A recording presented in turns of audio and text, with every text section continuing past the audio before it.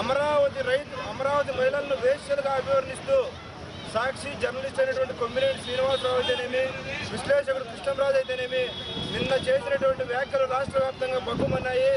అదేవిధంగా కడప జిల్లా వ్యాప్తంగా కూడా తెలుగుదేశం పార్టీ శ్రేణులు నిన్న మొత్తం కదం తొక్కి సాక్షి ఆఫీస్ దగ్గరికి చేరుకుని నిరసన తెలియజేయడం జరిగింది.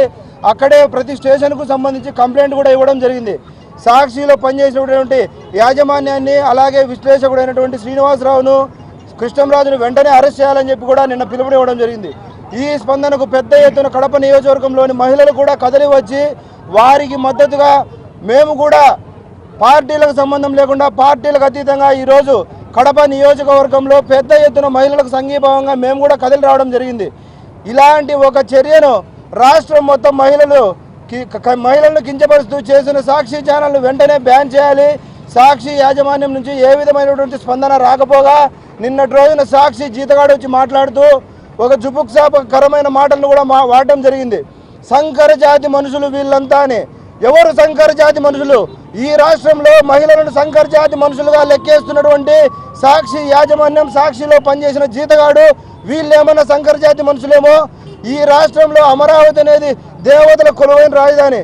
చంద్రబాబు నాయుడు గారు అయితేనేమి, కూటమి ప్రభుత్వం అయితేనేమి గతంలో కూడా దేవతలకు నిలయమైన రాజధానిని తెచ్చి అమరావతి రాజధాని పెడితే వాళ్లకు మహిళలు కానీ రైతులు కానీ పెద్ద ఎత్తున వాళ్ళ తాలిబొట్లను, వాళ్ళ బంగారు, వాళ్ళు దాచుకున్న డబ్బును కూడా అమరావతికి ఇటుగా పేర్చి ఇవ్వడం జరిగింది.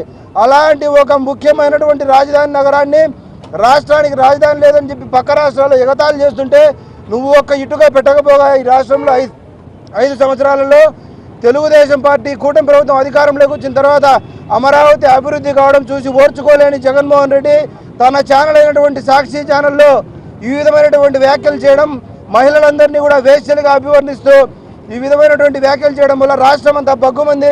వెంటనే ట్రాయ్ నిబంధనలకు అనుగుణంగా లేని సాక్షి ఛానల్ను అలాగే రాష్ట్రం మొత్తం మీద పెద్ద ఎత్తున మహిళల నుంచి విపరీతమైనటువంటి వ్యతిరేకత ఎదుర్కొంటున్న సాక్షి ఛానల్ను వెంటనే బ్యాన్ చేయాలి.